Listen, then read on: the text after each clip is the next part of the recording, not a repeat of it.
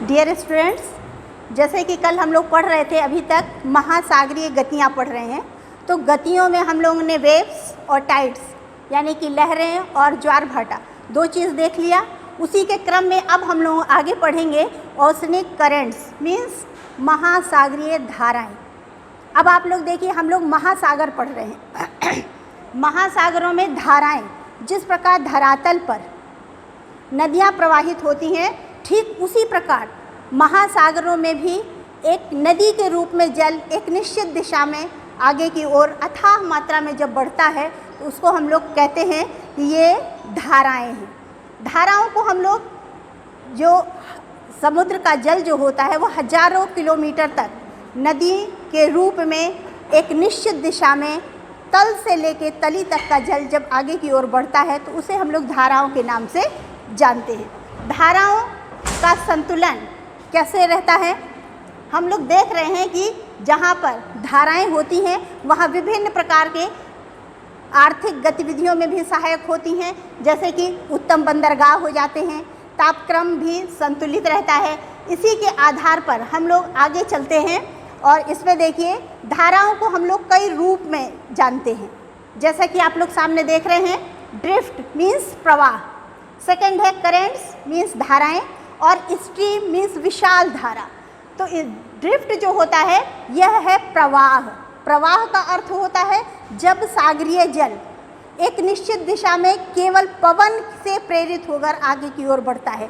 अर्थात जैसे समुद्र का जल है, केवल जिस दिशा में हवाएं चलेंगी, पवन चलेगी, उसी दिशा में आगे की ओर बढ़ेगा। लेकिन उसमें भी ये केवल ऊपर का भाग जो होता है, ऊपरी लेयर ही आगे की ओर बढ़ेगी, नीचे का जल जो है वह स्थिर रहेगा। तो इसको हम लोग कहते हैं प्रवाह। जैसे कि आप लोग जानते हैं, हम लोग ने पढ़ा भी है, दो प्रवाह हैं। जब तीनों महासागरों को हम लोग पढ़ते हैं तो उसमें तीन तरह के प्रवाह पाए जाते हैं, एक उत्तरी अटलांटिक प्रवाह और दक्षिणी एंटार्क्टिका प्रवाह। दूसरा है करेंट्स। करेंट्स मीन्स धाराएं। तो जैसा हम लोग ने ऊपर वर्णन किया है कि महासागरीय जल एक निश्चित सीमा में, एक निश्चित दिशा में तल से लेके तली तक का जल जब निश्चित रूप से आगे की ओर बढ़ता है तो इन्हें हम लोग धाराओं के नाम से जानते हैं। और इनका वेग देख रहे हैं आप, 25 से लेके 40 किलोमीटर एक घंटे में पर आवर की गति से जल आगे की ओर बढ़ता है, तो ये धाराएं होती हैं। इसी के आगे है स्ट्रीम। स्ट्रीम मीन्स विशाल धारा। इन सबसे अलग विशाल धारा, धारा से भी अधिक, यानी कि जैसे हम लोगों ने कहा जब जल निश्चित दिशा में आगे की ओर बढ़ता है तो उसमें और अधिक मात्रा में जल, जैसे फॉर एग्जांपल हम लोग देखते हैं कि भूमध्य रेखीय भूमध्य सागर का जो जल होता है वह उत्तर की ओर प्रवाहित होता हुआ जाके गल्फ स्ट्रीम की खाड़ी में गिरता है, और गल्फ स्ट्रीम की खाड़ी में पहले से ही जल है, तो उस जल को वो दुगना जल हो गया, इसलिए उसको स्ट्रीम का नाम दिया गया। जैसे कि जानते हैं ना, गल्फ स्ट्रीम यानी कि विशाल जल की धारा। इसमें देखिए क्या, यहाँ हम लोग ने धाराओं को पढ़ा कि 25 से 40 किलोमीटर पर आवर, उसी में स्ट्रीम को देखिए तो 80 किलोमीटर पर आवर की गति से वो जल आगे की ओर बढ़ता है। नेक्स्ट, महासागरीय धाराएं कैसे उत्पत्ति होती है इनकी, तो उसमें कुछ पॉइंट्स हैं, जैसे कि तापमान में विभिन्नता, लवणता में भिन्नता, सागरों में वर्षा एवं वाष्पीकरण, अस्थायी पवनों का प्रभाव, ऋतु परिवर्तन, पृथ्वी का परिभ्रमण, तट रेखा की आकृति, समुद्र तल की आकृति और वायुदाब। ये इन कारणों से धाराओं की उत्पत्ति होती है। अब आगे है धाराओं के प्रकार। अब धाराओं के प्रकार में अभी तक हम लोग सभी लोग जानते हैं कि धाराएं दो प्रकार की होती हैं। धाराओं में एक ठंडे जल की धारा, दूसरी गर्म जल की धारा। तो ठंडे जल की धारा क्या है? ध्रुवों की ओर से भूमध्य रेखा की ओर प्रवाहित होती है, इसलिए इसे ठंडे जल की धारा कहते हैं। और गर्म जल धारा जो होती है वो विषुवत रेखा से ध्रुवों की ओर प्रवाहित होती है, ये गर्म जल धारा होती है। अब देखिए धाराओं का मानव के जीवन पर क्या प्रभाव पड़ता है, तो इसमें देखिए तापमान पर प्रभाव पड़ता है, वर्षा पर प्रभाव पड़ता है, वातावरण पर प्रभाव पड़ता है, समुद्री जीवों पर प्रभाव पड़ता है, और समुद्री परिवहन पर प्रभाव पड़ता है, और व्यापार पर प्रभाव पड़ता है। ये कैसे पड़ता है?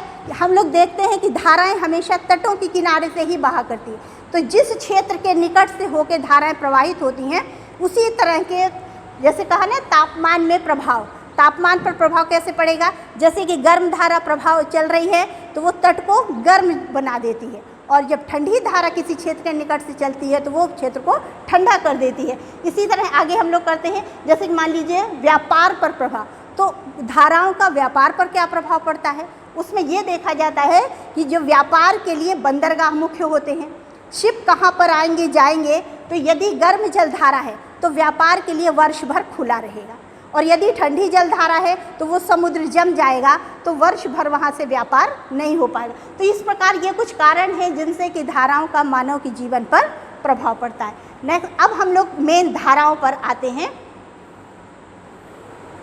हमारे सामने 3 मुख्य महासागर हैं। हम लोग जैसे जानते हैं प्रशांत महासागर, अटलांटिक महासागर और हिंद महासागर। इसमें सबसे पहले हम लोग देखते हैं अटलांटिक महासागर में कौन कौन सी धाराएं चलती हैं। अटलांटिक महासागर, जैसे कि हम लोग पूरे विश्व को 2 भागों में बांट देते हैं। विषुवत रेखा जो हमारी इक्वेटर है वो 2 भागों में बांट देती है, नॉर्थ स्फीयर और साउथ स्फीयर।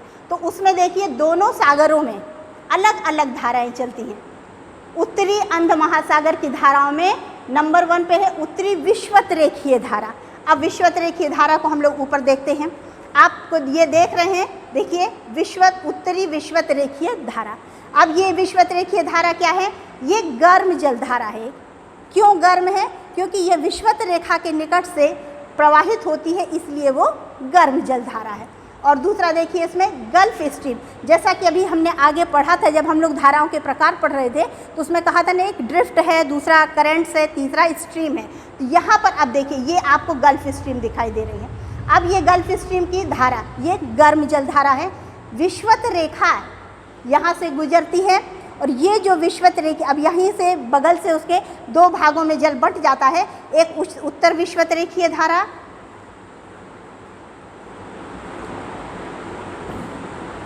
और दूसरा दक्षिणी विषुवत रेखीय धारा।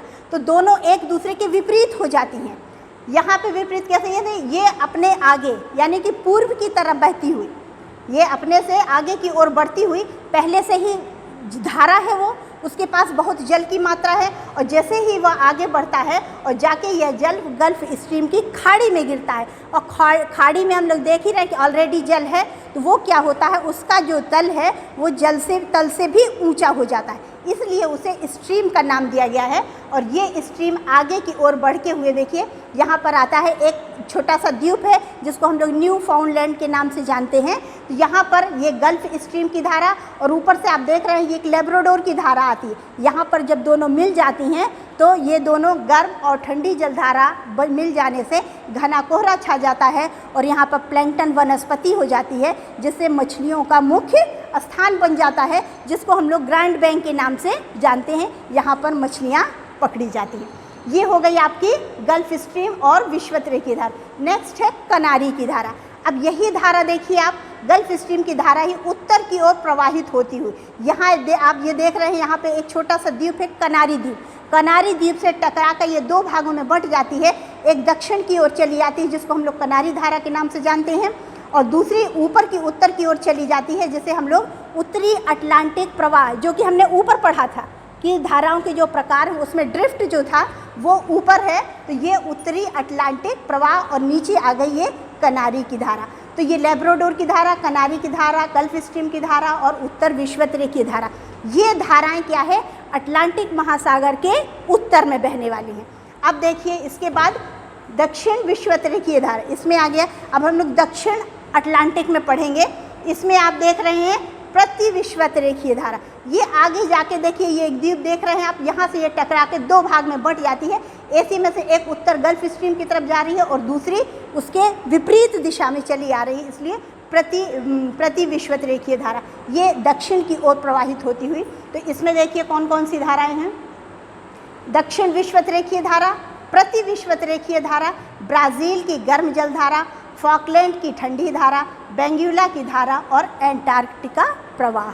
अब देखिए इसमें ब्राज़ील की धारा, और इसमें ये भी जान लीजिए जो भी धारा जिस शहर के या तट के नज़दीक से होके आगे बढ़ती है उसको हम उसी के नाम से जानते हैं।